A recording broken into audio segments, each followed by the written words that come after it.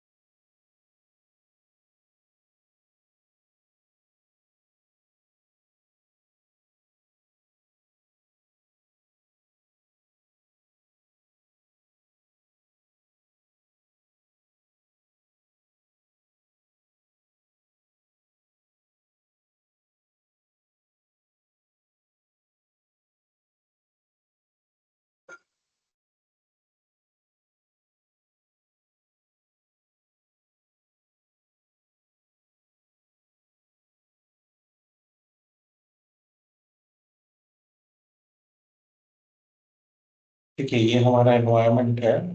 हमारे पास एक domain controller है जो लंडन डीसी है, जिसका आईपी 10.100 है।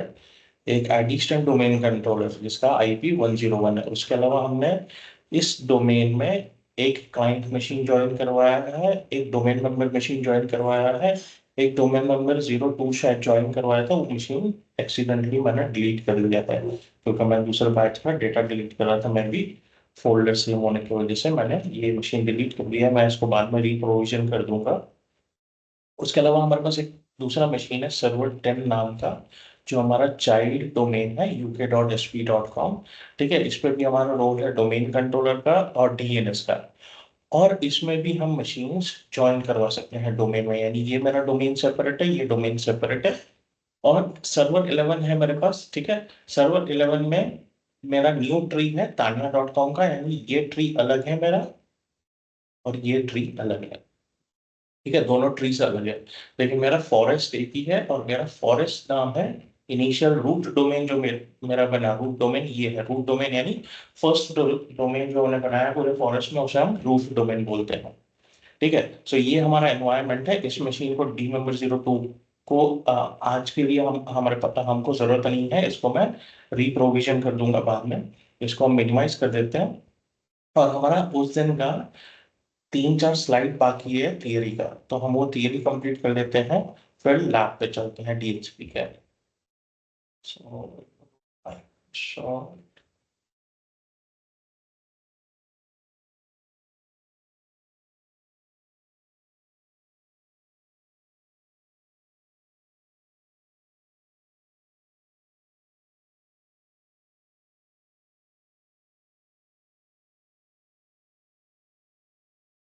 ओके, और एक इसमें डोरा प्रोसेस हमने देखा था। डोरा प्रोसेस क्या है थर्सडे को। ठीक है, अभी डोरा प्रोसेस तो हमने समझ लिया अभी। ठीक है, अभी डोरा प्रोसेस के बाद और एक टॉपिक है, लेकिन उस टॉपिक पे जाने से पहले मैं 3 स्लाइड कवर कर लूंगा जो इम्पोर्टेंट है हमारे लिए। लेकिन उससे पहले लेट मी, हाँ ठीक है। अभी इस डायग्राम में हम देख सकते हैं ये मेरा यूजर है जिसके पास आईपी एड्रेस नहीं है। वो कनेक्टेड है स्विच के साथ। I hope I am audible and मेरा स्क्रीन विजिबल है। Yes no? Yes sir. ठीक है, तो ये मेरा स्विच है और स्विच पे मेरा डीएचसीपी सर्वर भी कनेक्टेड है। डीएचसीपी सर्वर भी कनेक्टेड है। सैन नाम का मशीन है जिसके पास आईपी एड्रेस नहीं है। और डीएचसीपी मेरा अगर आईपी एड्रेस नहीं हो तो वो डीएचसीपी यूडीपी पे ही काम करता है। क्लाइंट साइड पोर्ट नंबर 68 है, सर्वर साइड पोर्ट नंबर 67 है। अभी सैन को आईपी नहीं है तो डोरा प्रोसेस कैसे काम करेगा? तो डीएचसीपी डिस्कवर पैकेट रन होगा। ठीक है, स्विच पे आएगा। स्विच क्या काम करता है? स्विचिंग करता है। लेकिन स्विचिंग में क्या होता है? फर्स्ट टाइम वो ब्रॉडकास्ट करता है और सेकंड टाइम ऑलमोस्ट वो मल्टीकास्ट सॉरी यूनिकास्ट करता है जब वो मैक टेबल बनने लगता है उसका। तो मैक टेबल में जो जो मशीन की एंट्री होगी वहां उस पर यूनिकास्ट होगा, जिसकी एंट्रीज नहीं होगी उस पर ब्रॉडकास्ट होगा। तो अभी सैम के मशीन से आईपी सॉरी रिक्वेस्ट आया है आईपी एड्रेस के लिए। तो स्विच के पास तो इन्फॉर्मेशन नहीं है डीएचसीपी सर्वर कौन है। उसके पास हो सकता है ये इंफॉर्मेशन हो कि ये मशीन का मैक एड्रेस कौन से पोर्ट पे कनेक्टेड है। डीएचसीपी सर्वर का ये मैक एड्रेस है, पोर्ट नंबर 42 पे कनेक्टेड है, 48 पोर्ट का स्विच है फॉर एग्जांपल। तो स्विच को नहीं पता डीएचसीपी सर्वर कौन है, तो स्विच बाय डिफॉल्ट क्या करेगा, भाई पैकेट आया है किसके पास भेजना है नहीं पता है, डीएचसीपी सर्वर तो सैम को पता ही नहीं, आईपी एड्रेस नहीं है उसके पास। ठीक है, तो सब पे ब्रॉडकास्ट की ब्रॉडकास्ट कम्युनिकेशन हो रहा है, रिक्वेस्ट भी ब्रॉडकास्ट आ रहा है सैम के मशीन से, जो रिक्वेस्ट आ रहा है, डेटा पैकेट आ रहा है, वो ब्रॉडकास्ट मेथड से आ रहा है। तो सारे मशीन पे ये ब्रॉडकास्ट रिक्वेस्ट जाएगा, इवन मेरा राउटर पे भी जाके हिट होगा, डीएचसीपी सर्वर मेरे पैकेट को एक्सेप्ट करेगा और बाकी सारे मशीन ड्रॉप कर देंगे। तो उसके बाद ऑफर में क्या होगा, डीएचसीपी सर्वर वापस स्विच के पास भेजेगा। ठीक है, अगेन ये ब्रॉडकास्ट कम्युनिकेशन है, तो स्विच हर जगह ब्रॉडकास्ट करेगा, पैकेट सैम के लिए तो सैम एक्सेप्ट करेगा, बाकी सारे लोग ड्रॉप कर देंगे। फिर रिक्वेस्ट पैकेट, थर्ड पैकेट है हमारा जो डीएचसीपी रिक्वेस्ट, जिसमें हम एडिशनल कॉन्फ़िगरेशन रिक्वेस्ट करते हैं डीएचसीपी सर्वर से, और डीएचसीपी सर्वर से को बोलते हैं भाई, रिक्वेस्ट करते हैं भाई मुझे आईपी एड्रेस यूज करने दो, असाइन करने दो। तो वापस ये डीएचसीपी सर्वर के पास ब्रॉडकास्ट के थ्रू जाता है, डीएचसीपी सर्वर रिस्पॉन्ड करेगा एक्नॉलेजमेंट पैकेट, और अगेन ये ब्रॉडकास्ट होगा, एंड फाइनली सैम के मशीन को आईपी एड्रेस मिल जाएगा। फॉर एग्जांपल ये सर्वर है मेरा डीएचसीपी सर्वर 10.10.10.99, हमारे एनवायरनमेंट पे हम 10.10.0.0.100 पे बनाएंगे, डोमेन कंट्रोलर पे हम डीएचसीपी को बनाएंगे। ये हमारा पूरा प्रोसेस हुआ जैसे प्रोटेक्शन में काम करता है। ठीक है, अभी उसके बाद हमारे पास आता है कि जनरली हम डीएचसीपी एंटरप्राइज में मैनेज करते हैं, तो क्या होता है, हमको first of all multiple servers चाहिए रिडंडेंसी पर्पस के लिए, क्योंकि अगर एक मेरा डीएचपी सर्वर डाउन हुआ तो मेरा एनवायरनमेंट बैठ जाएगा, मैं मेरे नोड्स कम्युनिकेट नहीं कर सकते हैं, यानी मुझे मल्टीपल डीएचसीपी सर्वर्स चाहिए। करेक्ट, मुझे मल्टीपल डीएचसीपी सर्वर्स चाहिए, और हमेशा स्केलेबिलिटी का इशू रहना है, क्योंकि हम नहीं चाहेंगे कि हम हर लोकेशन पे डीएचसीपी सर्वर को मैनेज करें, क्योंकि अगर हमने स्केलेबिलिटी कर दी, ठीक है, एक हमारी होती है हॉरिजॉन्टल स्केलेबिलिटी, वर्टिकल स्केलेबिलिटी, ये एक्चुअली क्लाउड का कंसेप्ट है, लेकिन हम यहाँ पे समझे तो एक हॉरिजॉन्टल स्केलेबिलिटी होती है, और एक सॉरी ये वर्टिकल है, ये हॉरिजॉन्टल। तो हॉरिजॉन्टल में हम क्या करते हैं, मल्टीपल सर्वर्स डिप्लॉय करते हैं, मल्टीपल सर्वर्स डिप्लॉय करते हैं। और वर्टिकल स्केलेबिलिटी में हम क्या है, रिसोर्सेस इंक्रीज करते हैं, मतलब अगर मेरे सर्वर का 64 GB रैम था तो मैंने उसको 128 GB कर दिया, तो मेरा वर्टिकल स्केलेबिलिटी हुआ। लेकिन यहाँ मैं देख रहा हूँ लोड प्रॉपर्ली शेयर हो रहा है, लेकिन मुझे नंबर ऑफ सर्वर्स बढ़ाने हैं, तो मैं हॉरिजॉन्टल स्केलेबिलिटी बढ़ा दूंगा। तो अभी एंटरप्राइज में हम क्या करते हैं, हर लोकेशन पे तो हम डीएचसीपी सर्वर नहीं रख सकते प्रैक्टिकली, ये कंसर्न है, क्योंकि अगर बाय चांस किसी हैकर को हमारा एनवायरनमेंट प्रपोज हो गया और उसने डीएचसीपी सर्वर पे इक्विप कर लिया, क्योंकि रिमोट लोकेशन पे थोड़ा सर्विस मैनेज का करने का कंसर्न रहता है।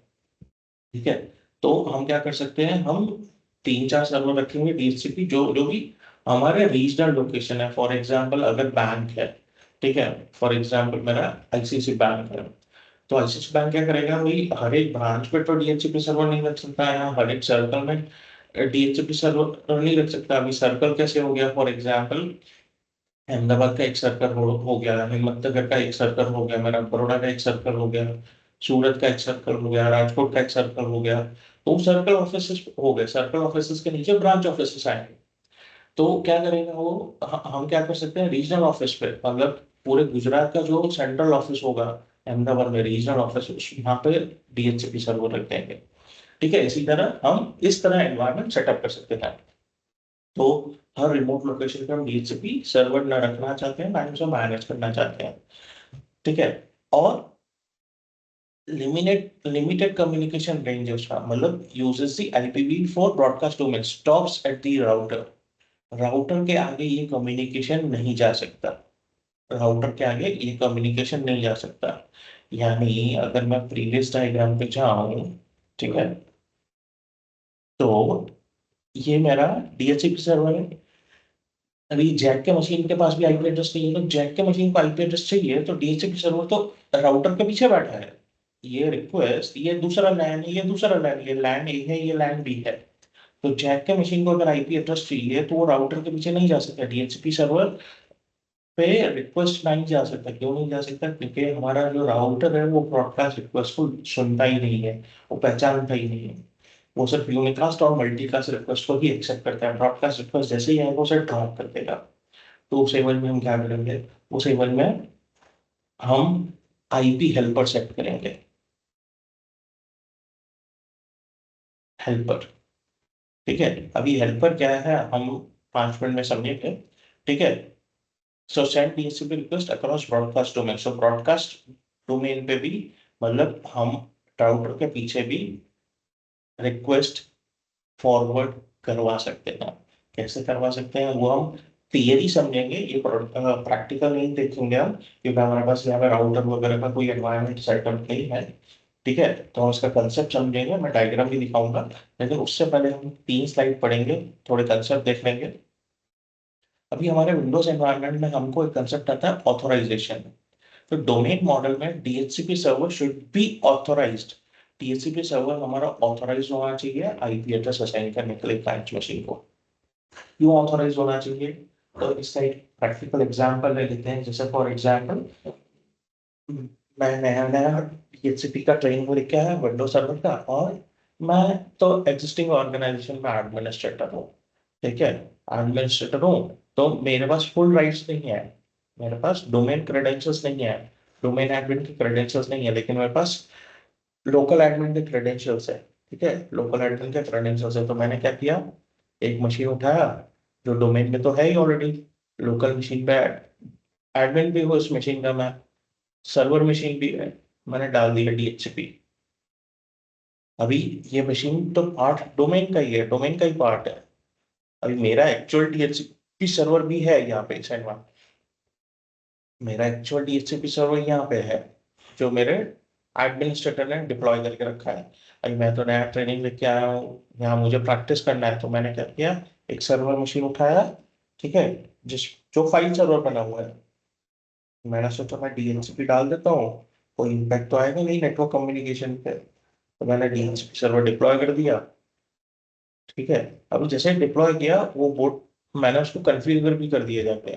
मैंने आईपी एड्रेस भी डिफाइन कर दिया, स्कोप भी डिफाइन कर दिया, भाई ये आईपी एड्रेस नेटवर्क में इशू हो सकता है। अगर फॉर एग्जाम्पल मैं डोमेन एडमिन का मेंबर होता, तो बाय डिफॉल्ट ये सर्वर ऑथोराइज हो जाएगा। अभी यहाँ पे अगर मैंने जो रेंज डाला है, यहाँ पे मेरा 10 डॉट नेटवर्क का रेंज है।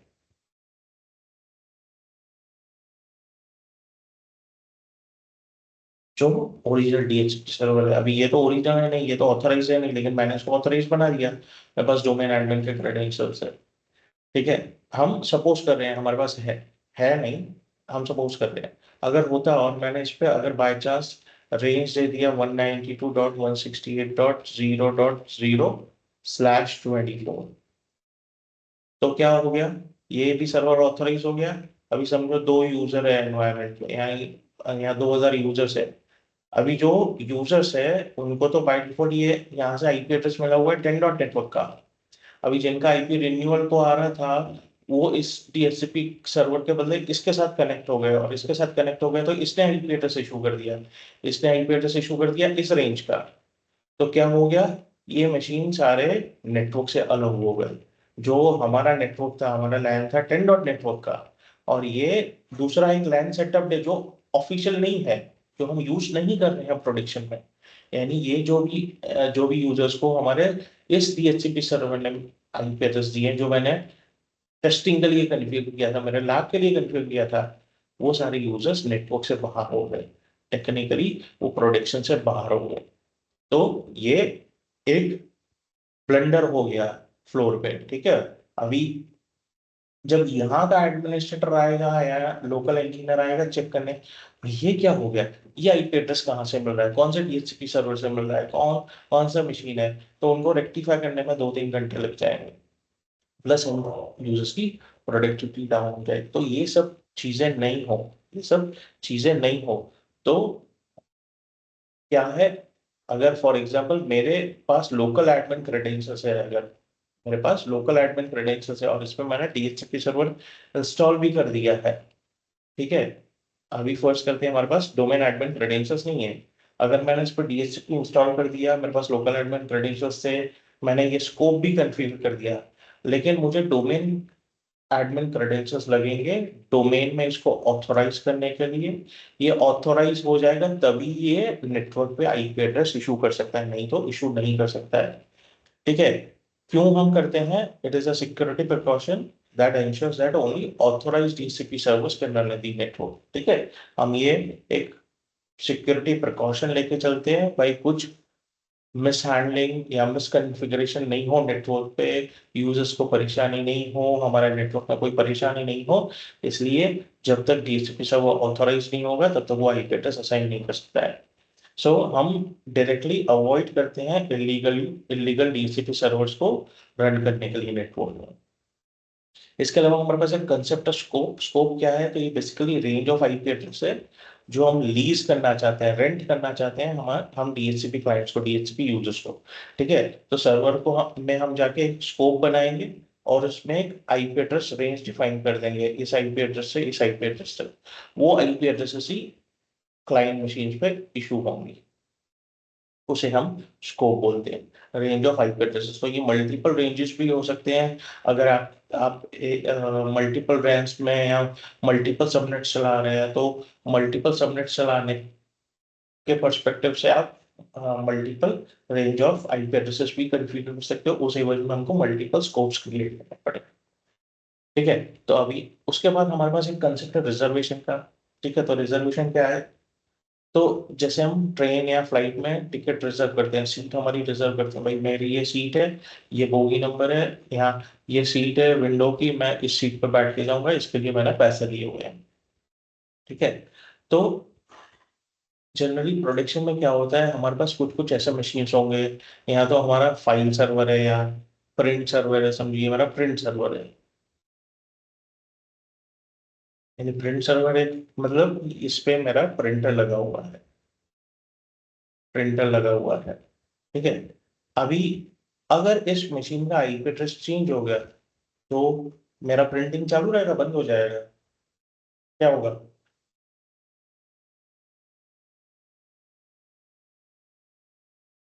यस, चीजें बंद हो जाएगा सर। बंद हो जाएगा, राइट। तो सारे यूजर्स आके मेरे पे बम्बार्डिंग चालू करेंगे कि 47 से, भाई आपका तो प्रिंटर नहीं चल रहा है, मैं प्रिंट नहीं निकाल पा रहा हूँ, मैं मेरे को अर्जेंट है, फाइनेंस वाला आके अलग से चढ़ जाएगा ऊपर, ठीक है। तो इस सिनेरियो में हम क्या कर सकते हैं, जो हमारे सर्वर्स है, क्रिटिकल सर्वर्स है, जिनका आईपी एड्रेस चेंज नहीं होना चाहिए और जिनको डीएचसीपी से आईपी एड्रेस मिल रहा है, जिनको डीएचसीपी से आईपी एड्रेस मिल रहा है, उन पे हम रिजर्वेशन लगा सकते हैं। यहाँ समझो मेरे पास कुछ वर्क स्टेशन है, जैसे एमडी की हो गई, चेयरमैन की हो गई, डायरेक्टर की हो गई, कुछ senior manager, CFO, CIO, CTO की हो गई, जिनको आईपी एड्रेस तो क्लाइंट मशीन से आईपी एड्रेस डीएचसीपी सर्वर से मिल रही है, लेकिन उनको कुछ स्पेसिफिक पॉलिसीज दी हुई है फायरवॉल के थ्रू, आईपी बेस्ड पॉलिसीज, कि इनके मशीन पे ये वेबसाइट चलनी चाहिए जो नॉर्मल यूजर्स के मशीन पे नहीं चलनी चाहिए। तो अगर उनका आईपी एड्रेस चेंज हो गया तो क्या होगा, वो फायरवॉल पॉलिसी अप्लाई नहीं होगी, ठीक है। जिसको वो आईपी एड्रेस मिल गया उस मशीन पे अप्लाई होगी। तो इस सिनेरियो में भी हम क्या कर सकते हैं, इस मशीन का मैक एड्रेस लेंगे, हम जाएंगे डीएचसीपी सर्वर के पास, भाई मुझे इस आईपी एड्रेस को रिजर्व करना है, हर बार इसी मशीन को मिलनी चाहिए, तो हम मैक एड्रेस लेंगे, उस मैक एड्रेस को उस आईपी एड्रेस के साथ यहाँ पे बाइंड कर देंगे, तो यानी इस जब ये मशीन जब भी नेटवर्क में आएगा उसको सेम आईपी एड्रेस मिलेगा, ठीक है, उसको हमेशा वही फिक्स आईपी एड्रेस मिलेगा। फिक्स कब तक है, जब तक वो एंट्री इस डीएचसीपी सर्वर पे है या इस मशीन पे वो मैक एड्रेस सेम है।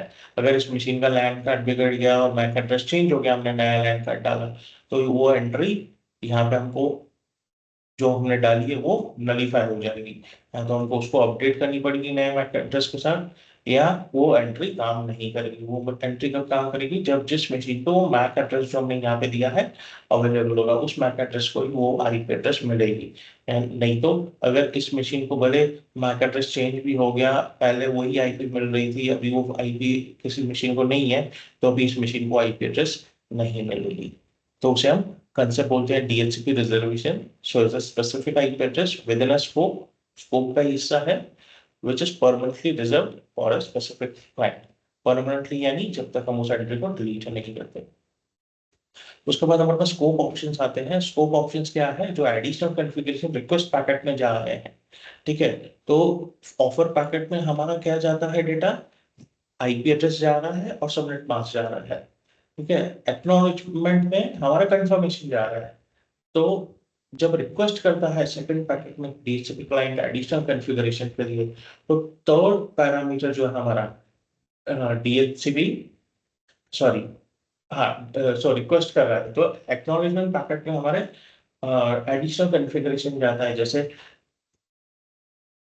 Scope options. ठीक है, ये तो ऑफर में चला गया हमारा आईपी एड्रेस और सबनेट मास्क। स्कोप ऑप्शंस में क्या जाता है, स्कोप ऑप्शंस में हमारा जैसे डिफॉल्ट गेटवे हो गया, डीएनएस सर्वर का आईपी एड्रेस हो गया, मेंस का आईपी एड्रेस हो गया, एनटीपी सर्वर का आईपी एड्रेस हो गया, डोमेन का इंफॉर्मेशन हो गया, वो सारा डीएचसीपी के स्कोप ऑप्शंस में जाता है। तो स्कोप ऑप्शन हमको अलग से कॉन्फ़िगर करने रहते हैं।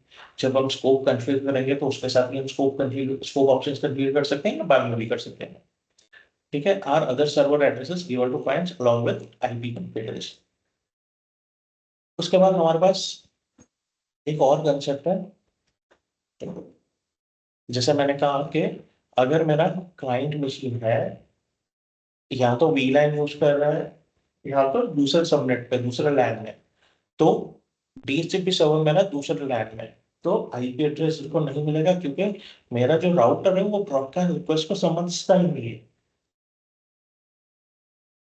वो पहचानता ही नहीं है ब्रॉडकास्ट रिक्वेस्ट को। तो जब वो ब्रॉडकास्ट रिक्वेस्ट को पहचानता ही नहीं है, तो क्या करेंगे, तो हम राउटर के इंटरफेस पे, ठीक है, इसको मैं अलग से समझाऊंगा दूसरे डायग्राम में। मैं अभी पहले एक और टॉपिक कवर कर लेता हूँ, लीज ड्यूरेशन का।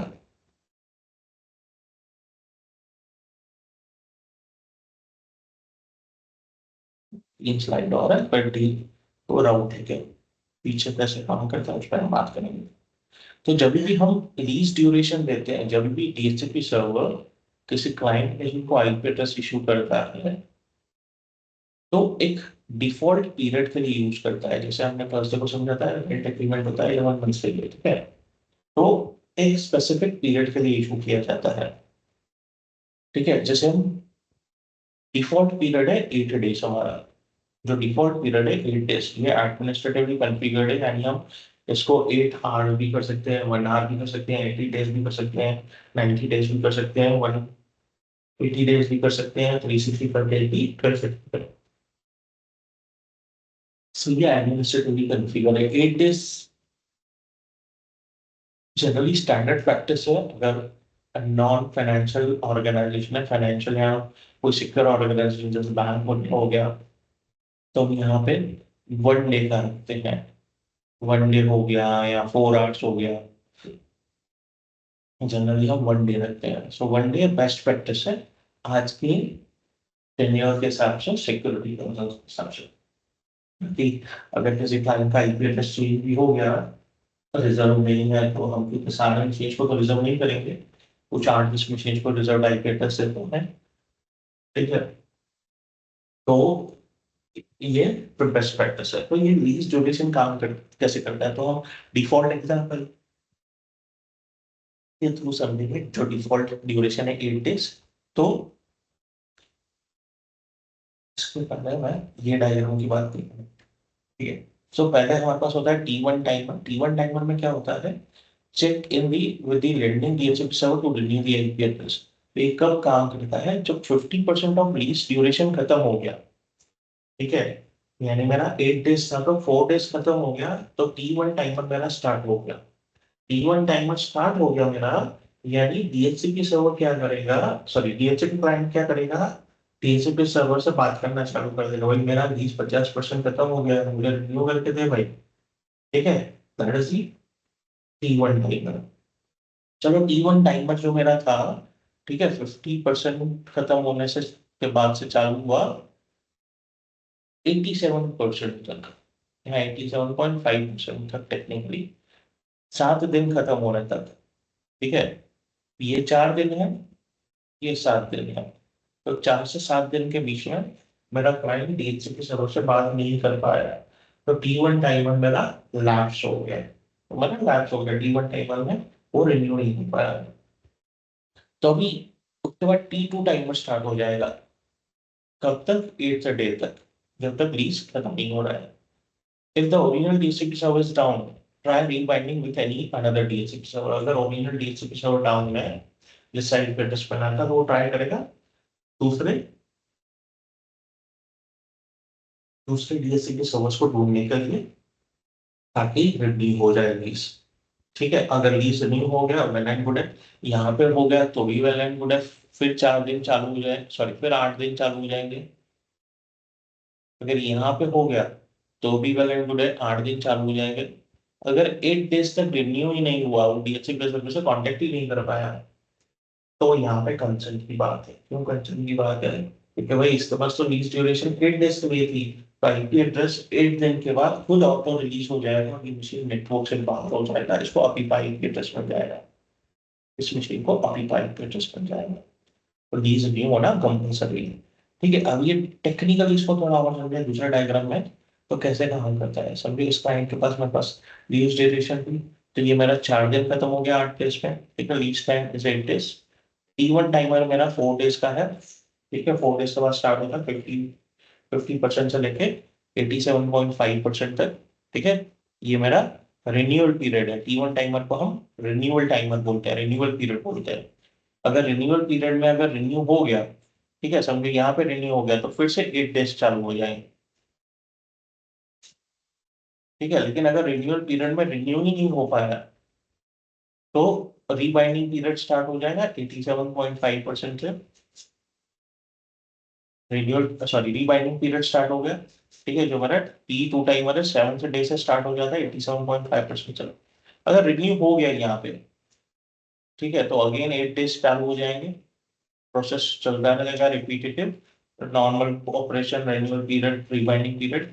अगर रीबाइंडिंग पीरियड में भी वो रिन्यू नहीं कर पाया खुफिया IPFS को, रीबाइंडिंग पीरियड में भी रिन्यू नहीं कर पाया, तो मशीन नेटवर्क के बाहर हो जाएगा, और हम मशीन, ये क्लाइंट मशीन कोई भी और मशीन के साथ नेटवर्क पे कम्युनिकेट नहीं कर सकता है।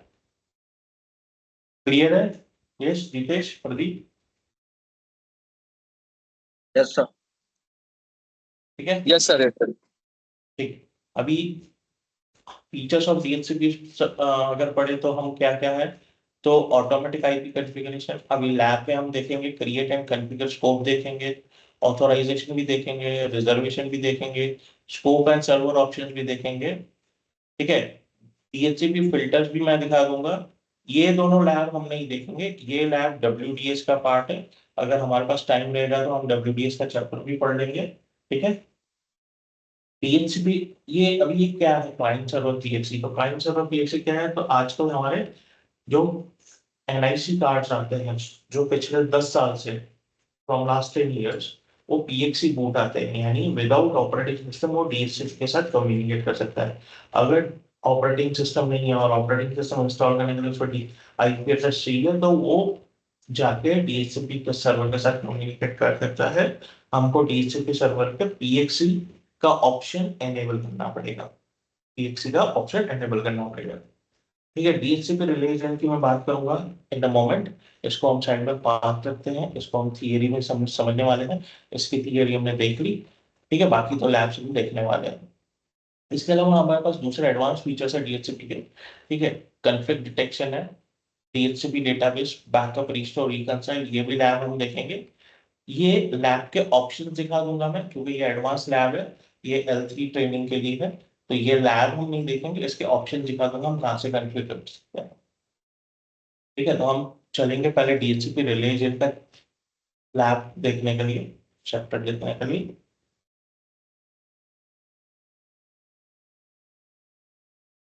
ठीक है। तो डीएचसीपी रिले, जैसे मैंने कहा, यहाँ पे मेरा मशीन है जिसको आईपी एड्रेस चाहिए और डीएचसीपी सर्वर है तो राउटर के पीछे है। तो राउटर तो ब्रॉडकास्ट रिक्वेस्ट नहीं सुनता है। तो अभी हम ये चैट वाले एग्जांपल पे वापस आ जाते हैं। तो हम क्या करेंगे, आईपी हेल्पर कन्फिगर करेंगे। हम उसे डीएचसीपी रिले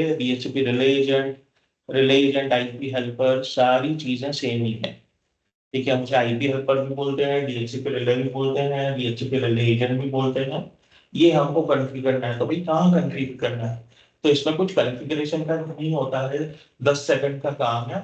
हमको चाहिए डीएचसीपी सर्वर का आईपी एड्रेस, डीएचसीपी सर्वर का आईपी एड्रेस चाहिए। हमको जाके एक ऑप्शन में टिक करना होता है, फिर हमको रिले एजेंट यूज करना है, डीएचसीपी रिले यूज करना है। तो हम क्या कर रहा है, बेसिकली रिले कर रहा है हमारी रिक्वेस्ट को रिले कर रहा है। ठीक है। तो डीएचसीपी सर्वर का आईपी एड्रेस है 10.10.10.99। फॉर एग्जाम्पल ये मेरा जो 99 है, ये 10.10.10.99 है। तब ये राउटर है, राउटर के इस साइड मेरे मशीन को जैक को आईपी एड्रेस चाहिए। ठीक है। और मेरा डीएचसीपी सर्वर है इस साइड राउटर के पीछे। तो हम इस इंटरफेस पे, जहां पे राउटर ब्रॉडकास्ट रिक्वेस्ट राउटर के पास आ रही है ब्रॉडकास्ट रिक्वेस्ट, उस इंटरफेस पे हम डीएचसीपी रिलेशन कॉन्फ़िगर कर देंगे। यानी बेसिकली हम ऑप्शन को टिक करके उसमें डीएचसीपी सर्वर का स्टैटिक आईपी एड्रेस दे देंगे। अभी क्या होगा, यहाँ से जो भी ब्रॉडकास्ट रिक्वेस्ट आएगी राउटर उसे सुनेगा और उसे यूनिकास्ट में कन्वर्ट करके आगे भेज देगा। यहाँ पे यूनिकास्ट में कन्वर्ट करके डीएचसीपी सर्वर को आगे भेज देगा। तो हम इसको देखते हैं। ये मेरा रिक्वेस्ट आ रहा है जैक का। ठीक है।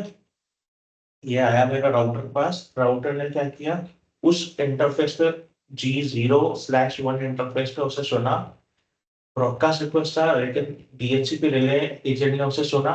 राउटर को पर डीएचसीपी रिले इनेबल्ड नहीं होता तो वो ड्रॉप हो जाता पैकेट।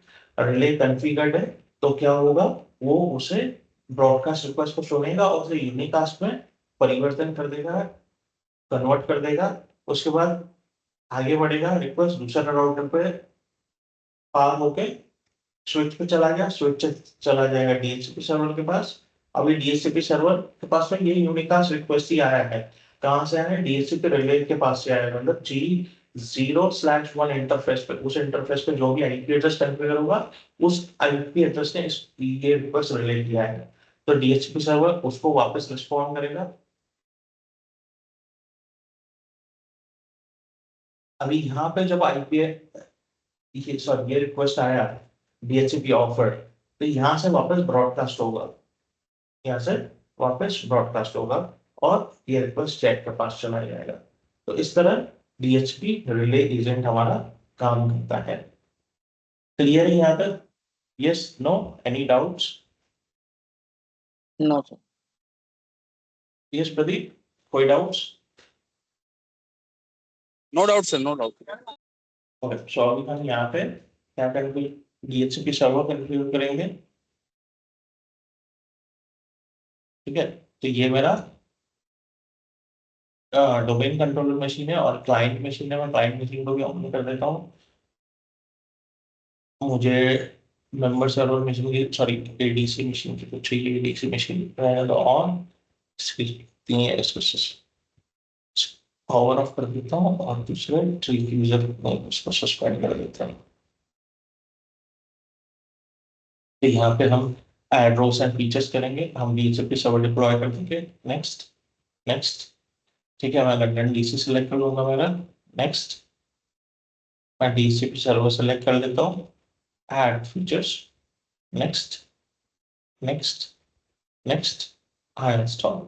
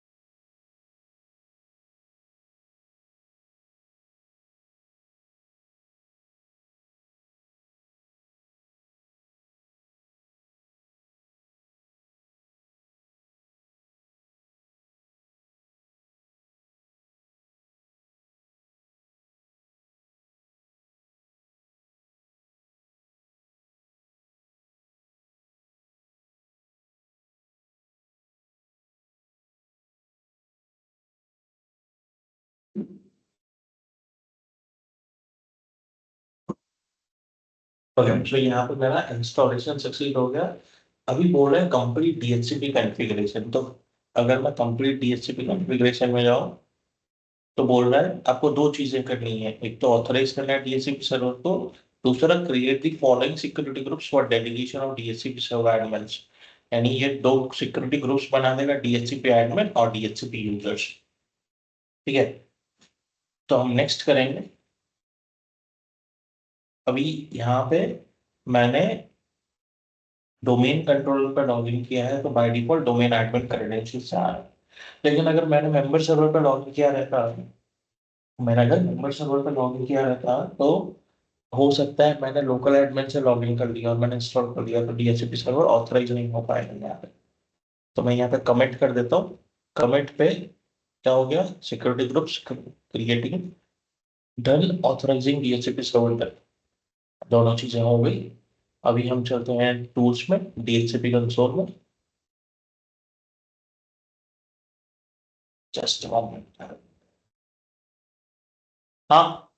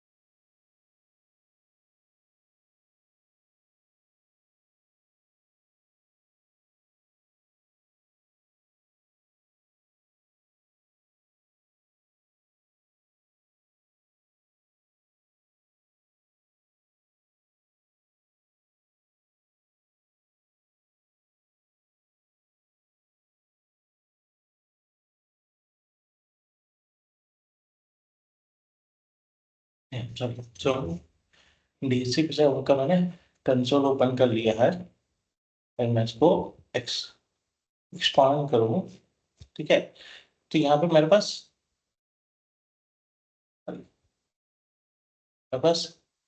ग्रीन आइकॉन है। ठीक है, ग्रीन मतलब यहाँ पे ग्रीन चेक मार्क है IPv4 IPv6 के आगे। इसका मतलब मेरा डीएचसीपी सर्वर ऑथोराइज्ड है। ऑथोराइज्ड है, अगर मैं इसको सर्वर पे सिलेक्ट करके राइट क्लिक अनऑथोराइज कर दूँ, यस कर दूँ और रिफ्रेश कर दूँ, तो अभी हम देख सकते हैं स्टॉप का सिंबल हो गया, रेड सिंबल आ गया, यानी ये अनऑथोराइज्ड है। अगर ऐसा सिंबल आ रहा है यानी आपका डीएचसीपी सर्वर ऑथोराइज नहीं है, आपको सर्वर पर राइट क्लिक करके ऑथोराइज करना पड़ेगा। अगर आपके पास डोमेन एडमिन क्रेडेंशियल्स है तो बाय डिफॉल्ट हो जाएगा। आप डोमेन एडमिन के लॉगिन से लॉगिन किए हैं तो, मैंने डोमेन एडमिन के लॉगिन से ही किया हुआ है क्योंकि मैं डोमेन कंट्रोलर पे हूँ। मैं इसकी सर्विस को भी एक बार रिस्टार्ट कर दूंगा।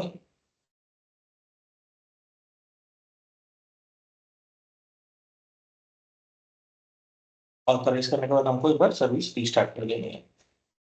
ठीक है, अभी हम IPv4 को एक्सपांड करेंगे। यहाँ पे मेरे पास कुछ भी नहीं बना हुआ है, स्कोप वो कुछ नहीं बना हुआ है।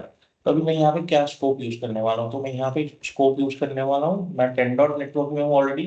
10.0.0./24 नेटवर्क यूज कर रहा हूँ। तो मैं स्कोप यूज करूंगा 10.0.0.50 से लेके 10.0.0.71। कितने आईपी एड्रेस हुए मेरे पास इस रेंज में, कितने आईपी एड्रेस हुए? 21। 21 पक्का? जी सर।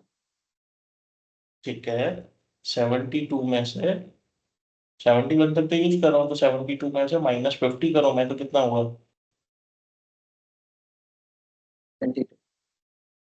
22 आईपी एड्रेस है, क्योंकि 51 टू 60 मेरा 10 आईपी एड्रेस हुआ, 61 टू 70 मेरा 10 आईपी एड्रेस हुआ, तो मेरे पास एक 71 भी है और एक 50 भी है। ठीक है, तो टोटल 22 आईपी एड्रेसेस है मेरे पास, 52 71 स्कोप यूज करने वाला हूँ। ठीक है, तो मैं यहाँ पे IPv4 पर क्लिक करूंगा, राइट क्लिक, न्यू स्कोप करूंगा, नेक्स्ट। स्कोप का नाम दे देता हूँ, हमको रेलेवेंट नेम देना है, तो मैं बोलूंगा बैंगलोर, बैंगलुरु स्कोप, और बैंगलुरु यूएस। नेक्स्ट, यहाँ पे मैं आईपी एड्रेस रेंज दे दूंगा स्कोप की, जो मैंने डिसाइड की है 10.0.0.50। अभी हो सकता है प्रोडक्शन में आपको नेटवर्क टीम दे, आप अगर विंटर टीम का पार्ट हो तो 50 to 71 दे दिया है। अभी यहाँ पे सबनेट मास्क मैं यूज कर रहा हूँ /24, यानी 255.255.255.0। ये लेंथ मेरा 24 हो जाएगा, यानी ये मेरा ऑटोमेटिकली इसने सबनेट मास्क ले लिया। ये मेरा लेंथ जो है वो CIDR नोटेशन है। हम नेक्स्ट करेंगे। अभी यहाँ पे एक्सक्लूजन्स मांग रहा है, दो ऑप्शन है हमारे पास, एक तो एक्सक्लूजन्स है और एक है डिले, तो दोनों में क्या अंतर है। तो एक्सक्लूजन्स मतलब अगर मैंने जो 50 से 71 का स्कोप लिया है, इसमें से अगर मुझे कोई आईपी एड्रेस नहीं असाइन करवाना है, तो मैं डालूंगा एक्सक्लूजन्स में। ठीक है, मैं बोलता हूँ मुझे 50 से लेके 53 तक 4 आईपी एड्रेसेस असाइन नहीं करवाना है, 4 आईपी एड्रेसेस असाइन नहीं करवाने, तो मैं यहाँ से 50 से 53 डाल देता हूँ। और मैं बोल फिर मुझे याद आएगा कि मुझे 54 भी असाइन नहीं करवाना था। ठीक है, तो पहले मैं डिसाइड करता हूँ भाई मुझे 50 से 53 असाइन नहीं करवाना है, तो मैंने ऐड कर दिया एक पूरा रेंज। भाई मुझे अगर मुझे सिंगल आईपी एड्रेस एक्सक्लूड करवाना है बीच में से भी, ठीक है, मैं दो आईपी एड्रेस लेता हूँ, मुझे 54 भी एक्सक्लूड करवाना है और एक 64 भी एक्सपोर्ट करवाना है। फॉर एग्जाम्पल 53 तक है, मैं यहाँ पे इसको डिलीट करके 50 to 54 रख सकता हूँ, लेकिन मुझे अगर सिंगल आईपी एड्रेस करवाना है तो मैं कैसे एक्सक्लूड करूंगा वो भी हम देखेंगे। तो सिंगल आईपी एड्रेस मैं ले लेता हूँ 54 पहले, यहाँ पे स्टार्ट आईपी एड्रेस ऐड कर दूंगा, यानी मेरा आईपी एड्रेस आ गया सीधा, और मैं बीच का भी एक आईपी एड्रेस दे देता हूँ 64। ठीक है, यानी मेरा 50 से 53 भी असाइन नहीं होगा और सिर्फ 54 और 64 भी असाइन नहीं होगा। ये मैंने एक्सक्लूजन में डाल दिया। इसके अलावा यहाँ पे मेरे पास डिले का ऑप्शन है, सबनेट डिले मिली सेकंड, यहाँ पे मिली सेकंड्स का ऑप्शन है, सेकंड का सेकंड, मिली सेकंड। ठीक है, अगर मेरे पास दो DHCP सर्वर है और अगर user DHCP client IP address के लिए रिक्वेस्ट कर रहा है, तो कौन से DHCP सर्वर के पास रिक्वेस्ट जाना चाहिए। ठीक है, तो अगर मैं चाहता हूं कि मेरा रिक्वेस्ट फर्स्ट सर्वर के पास जाए, ठीक है, फर्स्ट सर्वर के पास जाए, तो मैं क्या करूंगा, फर्स्ट सर्वर पे यहाँ पे कुछ भी नहीं कन्फिगर करूंगा, सेकंड सर्वर पे यहाँ पे मैं 10 सेकंड्स 20 सेकंड्स कन्फिगर कर दूंगा, यानी ये DHCP सर्वर के पास भी रिक्वेस्ट आएगा, ब्रॉडकास्ट रिक्वेस्ट, और इसके पास भी आएगा। तो ये बेसिकली 10 सेकंड या 20 सेकंड जो भी हमने यहाँ डिफाइन किया है, मिली सेकंड्स, ठीक है, नॉर्मल सेकंड्स की बात नहीं कर रहे, मिली सेकंड्स की बात कर रहे हैं, नैनो सेकंड्स की। तो ये 20 सेकंड्स वेट करेगा, तब तक रिस्पॉन्ड नहीं करेगा, यानी अगर 20 मिली सेकंड में इसने रिस्पॉन्ड कर दिया तो कोई टेंशन ही नहीं है, इसका रिस्पॉन्ड कंसीडर नहीं किया जाएगा। ये रिस्पॉन्ड करता भी है तो ये उसे एक्सेप्ट नहीं करेगा, तो ये 20 सेकंड वेट करेगा, उसके बाद रिस्पॉन्ड करेगा, यानी बाय डिफॉल्ट क्लाइंट इसी से ही आईपीएस ले लेगा। तो ये हमारा subnet delay in milliseconds हम इसलिए डिफाइन करते हैं। अगर हमारे पास मल्टीपल DHCP सर्वर जो है हमको क्यू में असाइन करवाने हो, मतलब मैं चाहता हूँ रिक्वेस्ट पहले इसके पास जाए, फिर उसके पास, फिर उसके पास, ठीक है, तो उसके अकॉर्डिंगली हम delay in milliseconds define कर सकते हैं। तो अभी मैं डिफाइन नहीं कर रहा हूँ, ठीक है, मेरे पास एक ही DHCP सर्वर है, मैं नेक्स्ट कर रहा हूँ। ये लीज ड्यूरेशन आ गया, बाय डिफॉल्ट 8 days है, तो मैं इसे कस्टमाइज भी कर सकता हूँ, मैंने 18 days 5 hours एंड 29 minutes दे दिया। ठीक है, तो मैं कस्टमाइज भी कर सकता हूँ, अगर मैं बोलूँ 108 days, 12 hours एंड 45 minutes, ठीक है, मैं कुछ भी दे सकता हूँ। तो मैं बाई डिफॉल्ट 8 days दे देता हूँ, डिफॉल्ट ड्यूरेशन दे देता हूँ मैं। नेक्स्ट, अभी कॉन्फ़िगर डीएचसीपी स्कोप ऑप्शन बोल रहा है, तो यस करूंगा तो ये आगे स्कोप ऑप्शन मांगेगा, नो कर दूंगा तो नेक्स्ट करूंगा तो फिनिश करने को बोल देगा।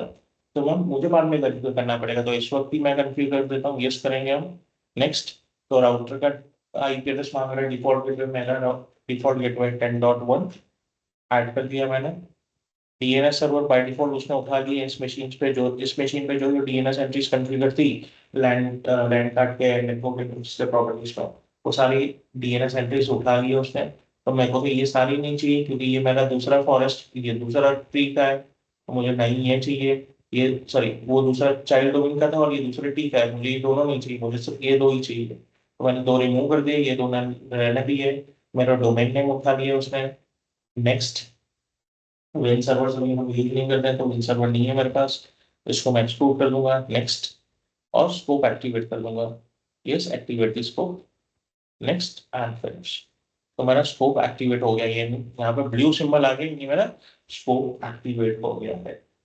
ठीक है, अगर रेड सिंबल है तो या तो मेरे स्कोप में कुछ दिक्कत है, या तो मेरा डीएचसीपी से वो ऑथराइज नहीं है। अभी हम इसको एक्सपांड करेंगे, एड्रेस पूल में जाते हैं। तो 50 से 71 मैंने इसको रेंज फॉर डिस्ट्रीब्यूशन दिए, मैंने रेंज दिए। 50 to 53, 54 और 64 मैंने एक्सक्लूजन के लिए दिए।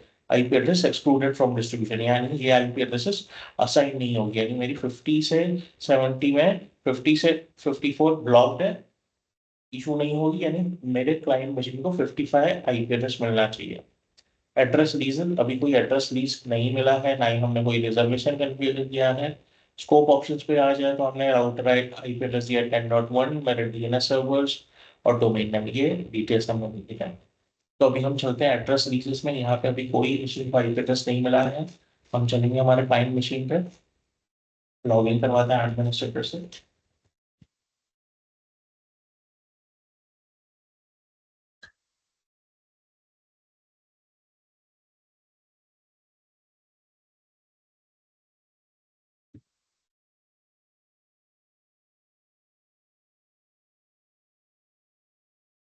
ठीक है, अभी यहाँ पे हमने स्टैटिक आईपी देकर रखी है, मैनुअल आईपी एड्रेस देकर रखी है। अगर हम नेटवर्क प्रॉपर्टीज में चले, स्टेटस में, डिटेल्स में, तो हमने 105 टीसीपी एनेबल्ड नो है और 105 स्टैटिक आईपी एड्रेस सेट रखी है। हम चलते हैं प्रॉपर्टीज में, IPv6 डिसेबल्ड है मेरा, IPv4 में चलते हैं हम। इसको मैं ऑक्टेन आईपी एड्रेस ऑटोमेटिकली कर दे रहा हूँ। ऑटोमेटिक आईपी एड्रेस ऑक्टेन करने से पहले मैं कमांड प्रॉम्प्ट पे जा रहा हूँ, मैं टाइप करूंगा ipconfig/all। यहाँ पे दिखा रहा है भाई DHCP एनेबल्ड नो है, और अभी आपका IP एड्रेस 105 है, सबनेट मास्क ये है, डिफॉल्ट गेटवे ये है, डीएनएस सर्वर 10.100 है। इसको मैं मिनिमाइज कर देता हूँ, वापस जाएंगे यहाँ पे, इसको ऑप्टेन IP एड्रेस और obtain DNS server address automatically करके इसको क्लोज कर देते हैं। इसको एक बार डिसेबल करके एनेबल कर देंगे।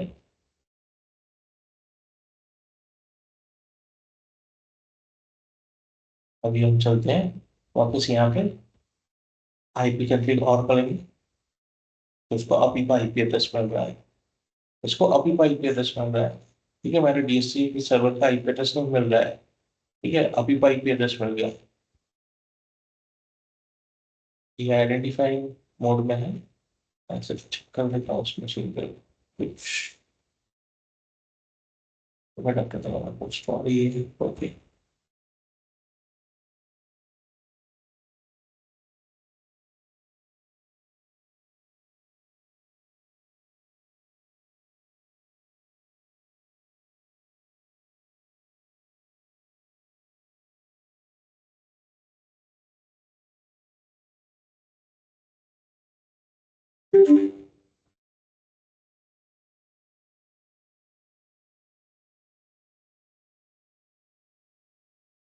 ओके, मेरा लंदन डीसी हो गया गलती से।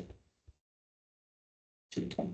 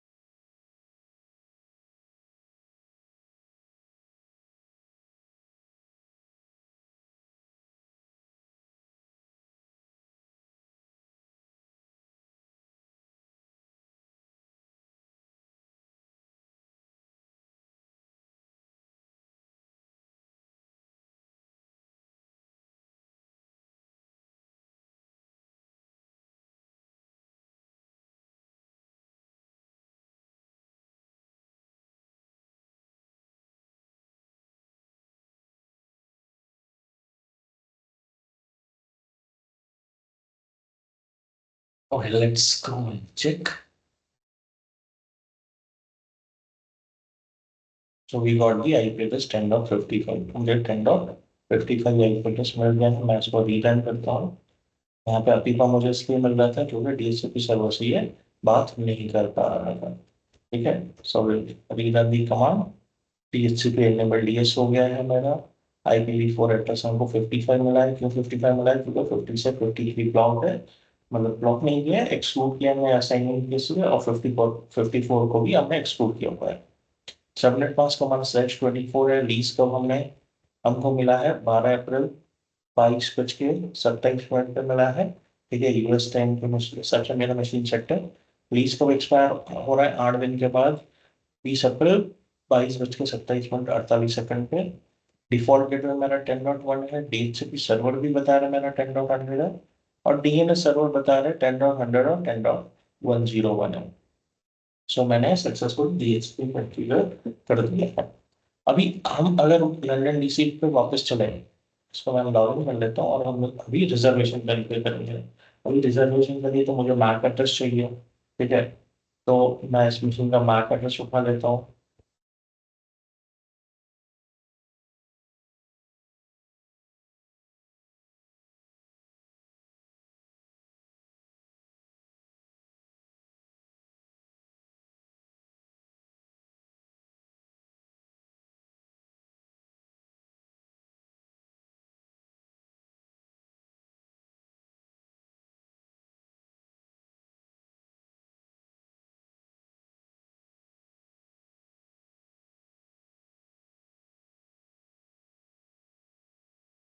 मैं DHCP कंसोल में चला जाता हूँ, टाइप करूंगा DHCP मैनेजमेंट mgmd.msc। एक्सपांड कर दिया, IPv4 को एक्सपांड कर दिया। आगे हम रिजर्वेशन में राइट क्लिक किया मैंने, न्यू रिजर्वेशन। रिजर्वेशन का नाम दे दिया मैंने क्लाइंट 01PC। MD PC में बोल देता हूँ, कोई MD का PC है, और मैं यहाँ बोल रहा हूँ मुझे IP एड्रेस चाहिए 65, यहाँ पे 66। बैक एड्रेस पेस्ट कर दिया मैंने, फिर से कॉपी कर देता हूँ।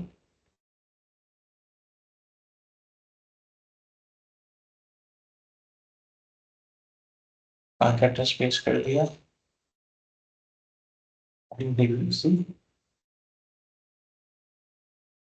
रिजर्वेशन का नाम रखता हूँ क्लाइंट 01, एंड ऐड कर दिया, क्लोज कर दिया, यानी मेरा रिजर्वेशन ऐड हो गया।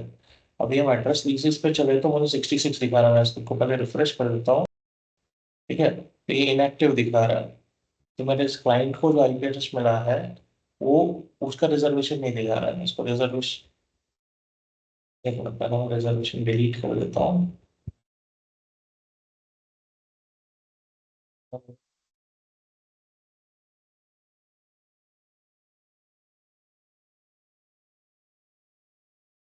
और अभी स्टार्ट कर देता हूँ।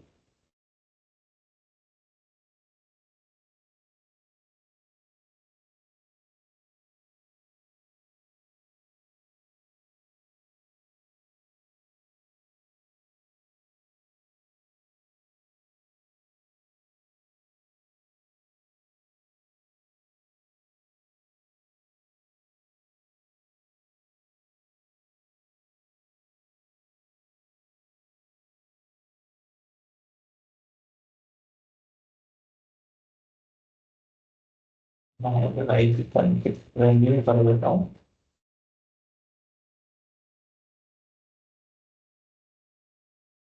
ठीक है, मुझे सेम वाले पेजेस कर दिया ना। अच्छा, यहाँ पे मेरी एंट्री आ गई है, दिखा रहा है 10.55 है। मैं पहले यहाँ पे फिर से आई कंफिग ऑल कर देता हूँ। तो लीज मिला है हमको 2749 को, और लीज नया नया लीज एक्सपायरी है 3342 को, 3342 को। तो मैं रिन्यू कर दिया लीज, अभी लीज रिन्यू कर दिया मैंने। ठीक है, सो अभी अगर हम वापस चल के देखें लंदन DC पे, तो हमको आईपी एड्रेस दिखा रहा है 55, कौन से क्लाइंट को है, तो लीज एक्सपायर हो रहा है, क्लाइंट का आई मैक एड्रेस क्या है, सब कुछ दिखा रहा है। अभी मैं एक रिजर्वेशन बना देता हूँ सेम मशीन के लिए। मैंने मैक एड्रेस कॉपी करके रखा है, ठीक है। क्लाइंट 01,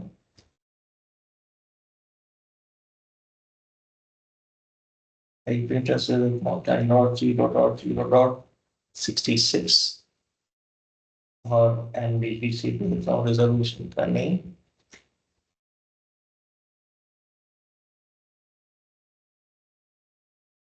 एंड ऐड कर दिया, रिजर्वेशन ऐड हो गया। अभी एड्रेस लीज इस पे चले तो यहाँ पे क्लाइंट 01 दिखा रहा है, यहाँ पे भी क्लाइंट 0 है। ये 55 65 ये एक्टिव है, ये इनएक्टिव है। क्यों इनएक्टिव है? क्योंकि भाई इस मशीन पे जब तक ये लीज एक्सपायर नहीं होगा तब तक ये आईपी एड्रेस नहीं जाएगा। तो मुझे मैन्युअली उसको वॉइड करना है, तो क्या करूंगा मैं करूंगा आईपी कॉन्फिग स्लैश रिलीज और रिन्यू कर दूंगा। सिंपल। मैंने रिलीज कर दिया इस आईपी एड्रेस को 55 को, अब मैं रिन्यू कर रहा हूँ। रिन्यू कर लिए, मुझे भी 66 आईपी एड्रेस पर जाना चाहिए।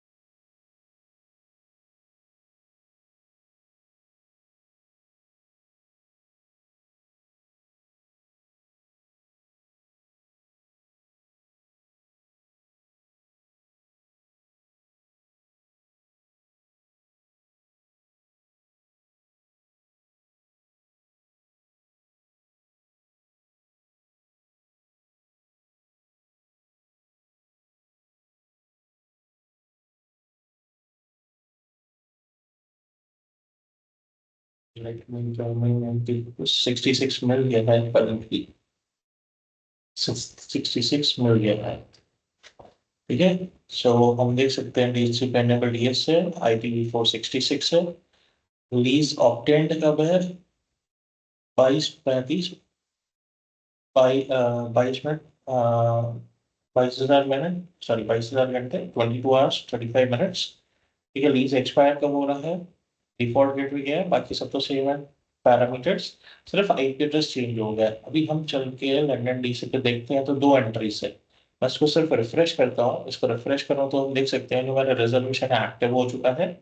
ठीक है, और जो मेरा एग्जिस्टिंग आईपी एड्रेस है वो फ्री हो चुका है। 55 एड्रेस अभी किसी और मशीन को मिल सकता है, इट इज नाउ फ्री। सिर्फ ये एक ही आईपी एड्रेस यूज हो रहा है।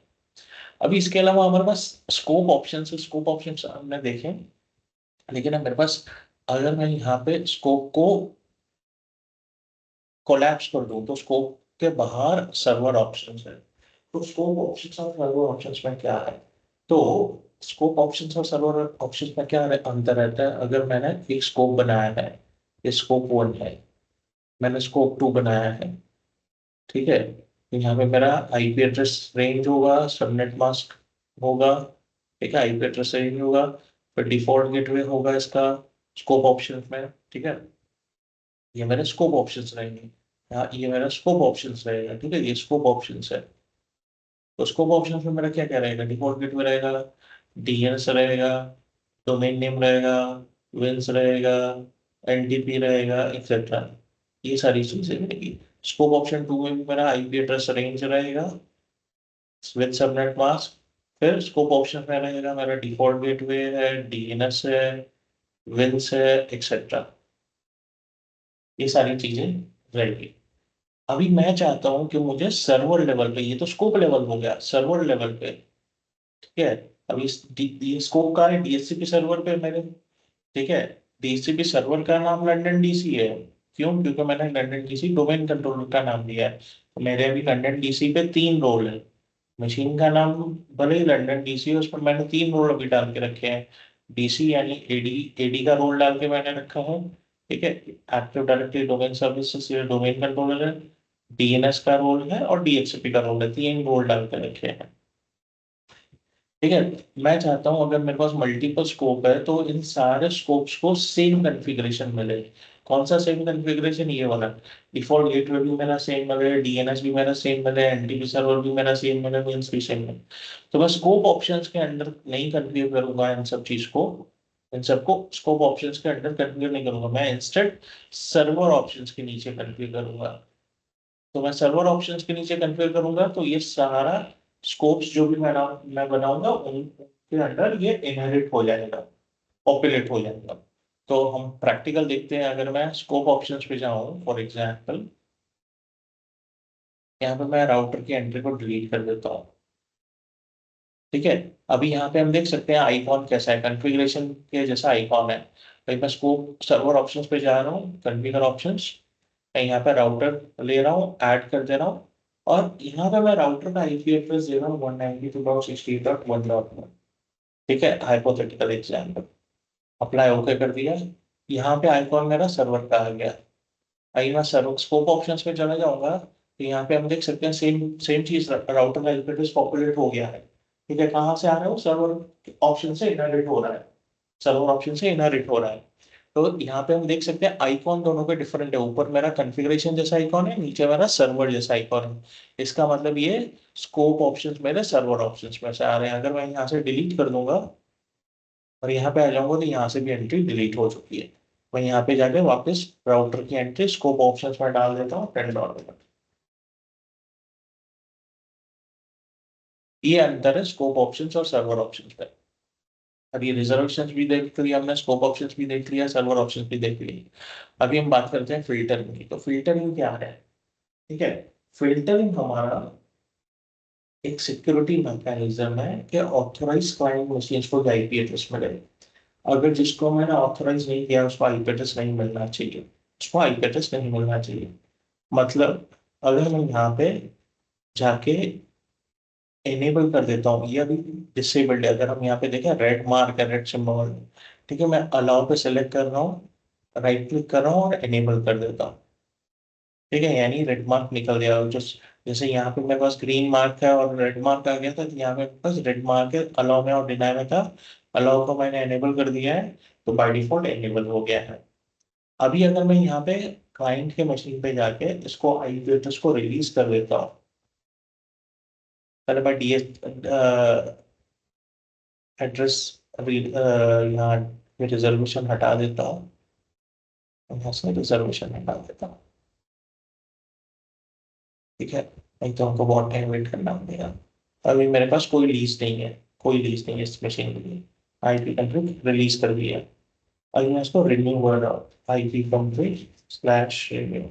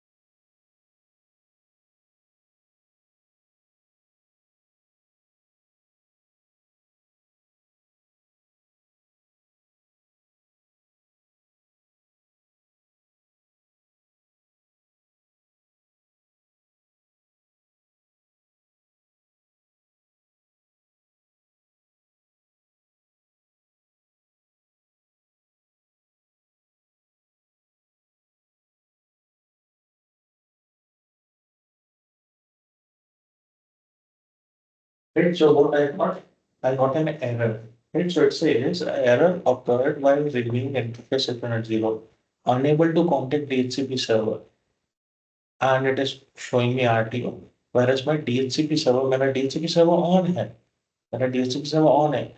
यहाँ पे मैंने जैसे फिल्टर एनेबल किया है, जब तक मैं अलाउ में कोई मैक एड्रेस नहीं देता हूँ, उस मशीन को आईपी एड्रेस नहीं मिलेगा। अब मैं क्या कर रहा हूँ, यहाँ से सिर्फ मैक एड्रेस उठा रहा हूँ, कॉपी कर रहा हूँ मैक एड्रेस।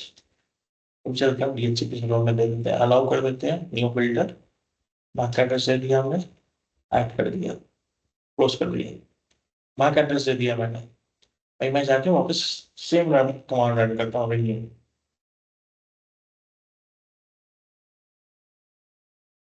और आईपी एड्रेस मिल गया 66 मिला। क्यों 66 मिला? क्योंकि पहले इस मशीन पे 66 ही था, और अभी 66 आईपी एड्रेस फ्री है डीएचसीपी सर्वर पे, इसलिए उस मशीन को वही मिला।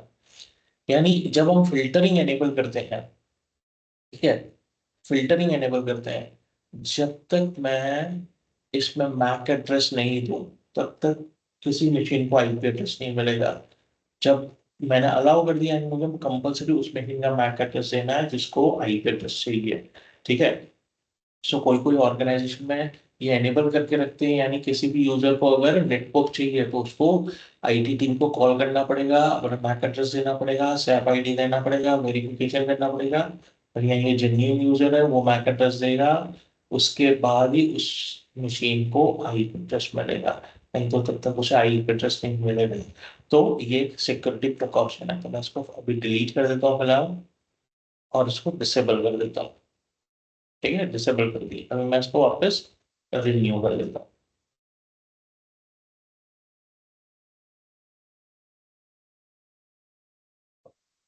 ये वापस रिन्यू हो गया, वापस आईपी एड्रेस मिल गया।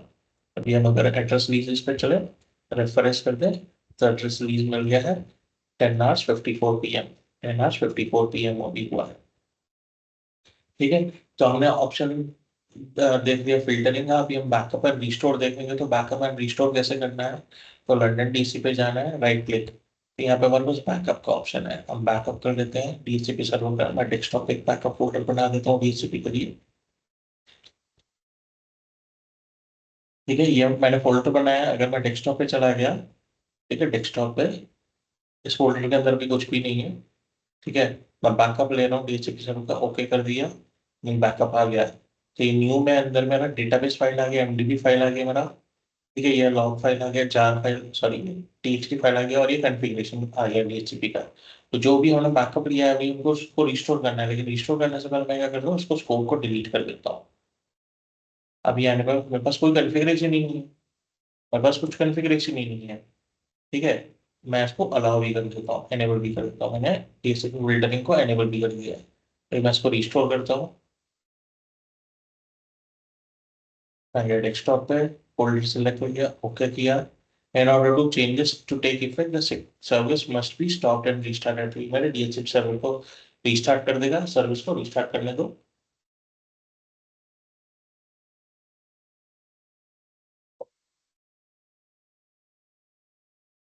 ये सर्विस रीस्टार्ट हो गई, the data bus was stored restored successfully. अब इसको एक्सपांड करें, पहले फिल्टर्स में जाते हैं, ये डिसेबल हो गया है, हमने एनेबल किया था। स्कोप मेरा वापस आ गया है जैसे एज इट इज था। चलो, सो अभी यहाँ पे तो मेरे पास एक ही क्लाइंट मशीन है। प्रोडक्शन में क्या होगा, 500 मशीन है, 10,000 मशीन है, 50,000 मशीन है, 2 लाख मशीन है। तो हर एक मशीन हो सकता है एवरी मिनट 5-10 मशीन, हर 10 सेकंड पे 2 मशीन ने आईपी एड्रेस रिक्वेस्ट किया हो।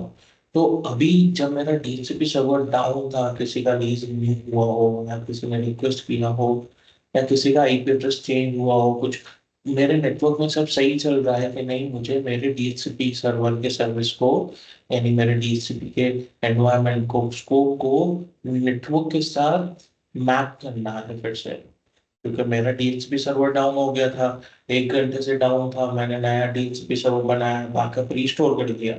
ठीक है, डेटा तो रिस्टोर हो गया, लेकिन मेरा जो डेटा रिस्टोर हुआ हो सकता है जब मैंने बैकअप लिया था 4 दिन पहले या 1 सप्ताह पहले, तब का है। तो अभी का जो मेरा नेटवर्क चल रहा है उसके साथ वो सही काम करेगा कि नहीं करेगा।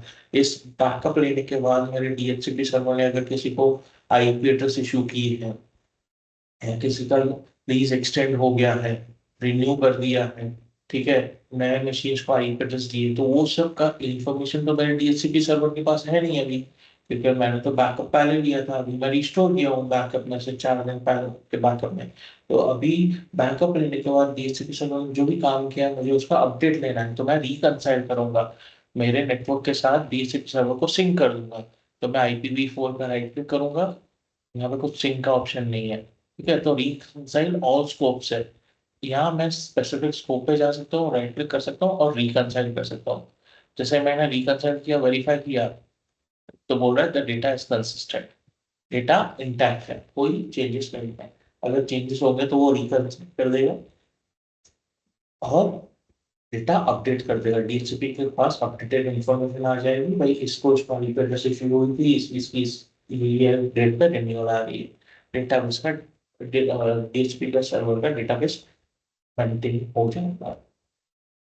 तो ये हमारा डीएचसीपी चैप्टर है। यहाँ पे कोई डाउट्स हो, क्वेश्चन हो तो बता। बस जीतेश, प्रदीप।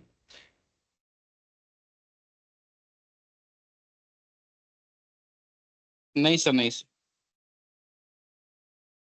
क्लियर है सर। क्लियर है? तो आगे जी हम डीएनएस स्टार्ट करें और एक 1-1.5 घंटा बैठेंगे। ओके। यस प्रदीप।